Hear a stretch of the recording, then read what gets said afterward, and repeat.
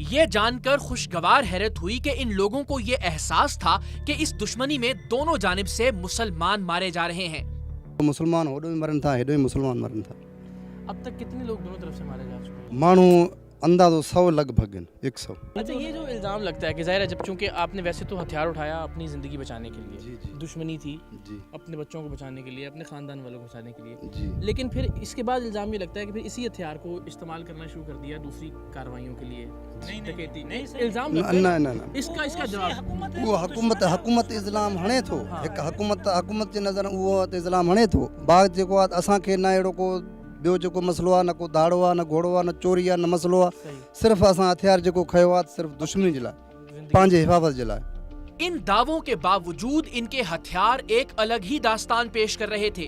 वसी रकबे पर तबाही फैलाने की सलाहियत रखने वाला ये हथियार कहां से आया था और कितने का था, तजस्सुस से मजबूर होकर आखिर मैंने ये पूछ ही लिया। अंदाज़न कितने का होगा ये कीमत? हाँ, गोले का कीमत है 30-35 हज़ार गोले का कीमत। ये एक 35,000 का है और वो वैसे हथियार एक है तकरीबन में आता है तो 6.5 लाख में। और इसका एक गोला 30-35 हज़ार रुपए का।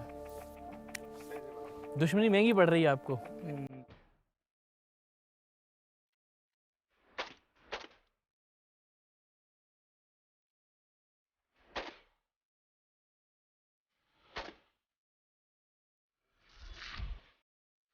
यहाँ के 9 उम्र लड़के चंद मिनट्स में ही किसी भी जदीद तरीन हथियार को खोलकर दोबारा से फिट करने की मुकम्मल महारत रखते थे। लेकिन मुझे उस वक्त शदीद अफसोसनाक हैरत हुई जब इस मुबैना डाकू ने एक बंदूक अपने 5-6 साल के बेटे को थमा दी। बेटा है माशाल्लाह। ये मेरे पास बोलता है तो मैं लड़ाई करता हूँ अच्छा, इसी उम्र में? इसी उम्र में। क्या बात है भाई। और जी मेरे जगह जी बाबा है, मैं जी वो मेरा भाई जे कत्ल हो जाए, मेरा बाबा कत्ल हो जाएगा, मैं खुद और इसी को कत्ल करेगा। यानी अभी से इनमें भी एक तरह से दुश्मनी है, वो जो है ना खून में पल रही है। तो नाज़रीन, ज़ाहिर है यहाँ हर तरह के हमने हथियार देखे हैं, जदीद तरीन R75 समेत, जिसे प्यार से वो बता रहे हैं पपीता बोलते हैं। आप ये देख सकते हैं कि जहाँ ये शॉटगन मौजूद है, ज़ाहिर है जो कि इतना जदीद हथियार नहीं है, वहीं साथ साथ ये G3 राइफ़ल जो है ये भी इनके पास मौजूद है। जदीद तरीन दूसरे हथियार भी यहाँ मौजूद हैं और ये बता रहे हैं कि कबायली दुश्मनियों की बिना पर, जिसमें अब तक कम से कम 100 अफराद दोनों तरफ से मारे जा चुके हैं, मजबूरन इन्हें ये हथियार उठाने पड़ते हैं। लेकिन इस जंग का, इस दुश्मनी का वक्ती तौर पर कोई ख़ात्मा नज़र नहीं आ रहा। बहुत सारी कोशिशें हुई कि इनकी सुलह हो जाए, इन्हें बिठाया जाए, कुछ जरगे किए जाएँ, लेकिन अभी तक 100 अफराद की ज़िंदगियों के चिराग गुल हो जाने के बावजूद उम्मीद की कोई किरण नज़र नहीं आ रही। अब देखना ये है कि आने वाले वक्तों में हुकूमत अपने तौर पर क्या इक़दाम करती है। दोनों जो बरादरियाँ हैं उनके बड़े इनको बिठाकर बातचीत करवाने में और इस मसले का हल निकलवाने में क्या किरदार अदा करते हैं, वरना अगली नस्लों का मुस्तक़बिल भी यही हथियार, यही गोला बारूद होगा। गोलियों से शुरू होने वाली ये मुलाकात एक लजीज खाने पर इख्तिताम पजीर हुई। घर में पली हुई देसी मुर्गी का सालन और अपने खेतों की खालिस गंदुम की रोटी का जायका ही अलग था। यहाँ के पुरखतर, सुनसान और समझ में ना आने वाले रास्तों से निकलते निकलते सूरज ढल चुका था और हमारी अगली मंजिल थी कच्चे का सबसे बदनाम और खौफनाक डाकू सुल्तू शर। सिर्फ 2 दिन पहले ही इसी इलाके में कत्ल होने वाले 3 पुलिस एहलकारों का कातिल भी सुल्तू शर को ही करार दिया जा रहा था और मकामी पुलिस का दावा था कि मकामी NGO के कारिंदे और 6 फनकार इस वक्त भी सुल्तू शर के कब्जे में हैं। और शायद यही वजह है कि कच्चे के इलाके की दहशत, सुल्तू शर के ठिकानों की जानिब जाने वाले सभी रास्ते अमलन सील कर दिए गए थे। हमें बाद में इल्म हुआ कि हमारे रिपोर्टर, इन्फॉर्मर और सुल्तू शर के दरमियान होने वाली गुफ्तगू को टेप और ट्रैक किया जा रहा था और बजाय इसके कि इस हरकत को सुल्तू शर तक पहुंचने और उसे पकड़ने के लिए इस्तेमाल किया जाता, इसके जरिए हमें इस खतरनाक डाकू तक पहुंचने से रोका जा रहा था, जिसके बारे में सुल्तू शर का दावा था कि पुलिस नहीं चाहती कि हम उस तक पहुंचें और वो पुलिस के राज फाश करें।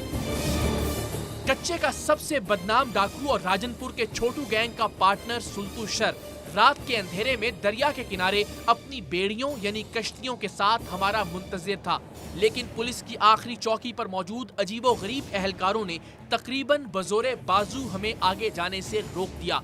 उनका कहना था कि हुक्कामे वाला की सख्त हिदायत हैं कि न सिर्फ आपको आगे न जाने दिया जाए बल्कि अपने हिसार में वापस कौमी शाहराह तक छोड़ कर आएं, और उन्होंने ऐसा ही किया। तो नाज़रीन, इस वक्त कई किलोमीटर का सफ़र तय करने के बाद हम एक ऐसी जगह आ गए हैं जहाँ फाइनल चौकी है पुलिस की, और अब यहाँ से आगे ये कह रहे हैं कि जी आप नहीं जा सकते। अफसरान बाला से भी इन्होंने बात करवाई है, और वो भी ये कह रहे हैं कि उन्हें खदशा है कि सुल्तू शर जो कि इस इलाके का सबसे बदनाम डाकू है और कई मिलियन की रकम उसके सर की कीमत के तौर पर लगाई गई है, उन्हें ये खदशा है कि वो शायद हमें ही यरगमाल बना सकता है। इससे पहले भी कुछ NGO के लोग और कुछ मकामी फ़नकार उसके पास यरगमाल हैं, तो हमें यहाँ से आगे जाने की इजाज़त पुलिस की जानिब से नहीं दी जा रही। अगले रोज सरेआम की टीम डाकुओं के एक और गिरोह से मिलने एक मर्तबा फिर कच्चे के इलाके में दाखिल हुई। दरिया के एक किनारे पर छोटी कश्तियां और मुबैना डाकू हमारे मुंतजिर थे।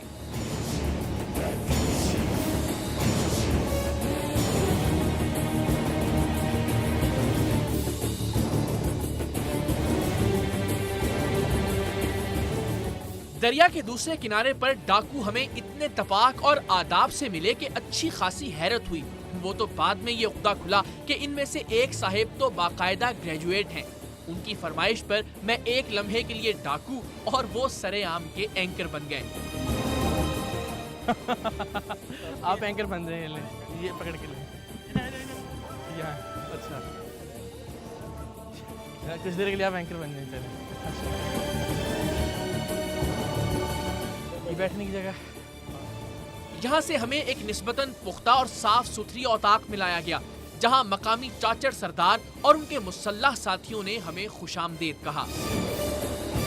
अच्छा, मुझे ये बताएं कि वह इतने लोग आपके साथ, इतना असलहा, इसकी ज़रूरत क्यों पेश आती है?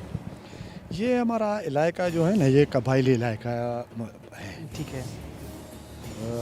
ये झगड़ा चलता है, थोड़ी थोड़ी, कोई भैंस चोरी हुई है, कोई मोटरसाइकिल, कोई तो बात छोटी सी होती है, छोटी छोटी। ठीक है।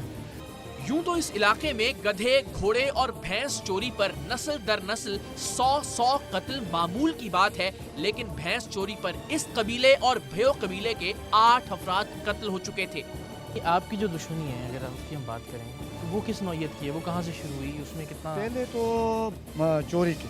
अच्छा, हाँ, भैंस चोरी थी, उससे दुश्मनी? उसी से दुश्मनी। अच्छा। हमारा आदमी उसने मारा था, फिर झगड़ा चलता था। ये 17 साल चल रहे थे। अच्छा। 16 से 17 साल। तो दोनों तरफ से कितना नुकसान हो गया? 8 आदमी। अच्छा, सिर्फ एक भैंस चोरी पे? भैंस चोरी पे 8 लोग मारे गए। 8 लोग जो कत्ल हुए। जबकि इसी तरह के एक और तनाज़े में इस कबीले और सूजन कबीले के 60 अफराद मौत की वादी में जा चुके हैं, और आने वाली न जाने कितनी नस्लें इसी आग में झोंकी जाएंगी। ये दुश्मनी आप तक तो रही, इस नस्ल तक, लेकिन आप जब ये सोचते हैं कि ये दुश्मनी आगे जो बच्चे हैं, ज़ाहिर है आपके माशाल्लाह अल्लाह ने ज़िंदगी दे, ये उनमें भी इसी तरह से चली जाएगी? ज़ाहिर है उनके बच्चे भी उसी तरह से। यही है ना, जो बड़े के हाथ में हथियार में है, उसके हाथ में तो कलम तो नहीं देखते हैं ना छोटे बच्चे। सही है। अब तक ये बात बड़ी हद तक वाज़ेह हो गई थी कि ये पूरा इलाका हुकूमती नाअहली और पुलिस की बददियानती की वजह से कबायली दुश्मनियों की आग में जल रहा है, लेकिन सवाल ये था कि फिर आखिर इन इलाकों में जराइम कौन करता है? इस तरह से कबीलों के अंदर कुछ जराइम पेशा लोग भी आ जाते हैं? है, बढ़ते हैं। सही है। हाँ, क्राइम तो बढ़ते हैं ना। जो भी चोर तो चोर है ना, डाकू तो डाकू है ना, ठीक है। उसको तो सेफ्टी मिलती है ना। हमारे इलाके में पुलिस नहीं आएगी। चाचड़ रईस ने एक सवाल के जवाब में हैरतनाक इंकशाफ करके पुलिस और दीगर इदारों का भांडा फोड़ दिया। ये वेपन इतनी आसानी से अवेलेबल किस तरह से होते हैं? हर तरह का हथियार हमने देखा, हम दायरे ढूंढ भी, G3 तक भी। हाँ, सारे हथियार जो हैं लेते हैं गवर्नमेंट ही, पुलिस ही। अच्छा। जो पकड़ते हैं वो भी बेचते हैं।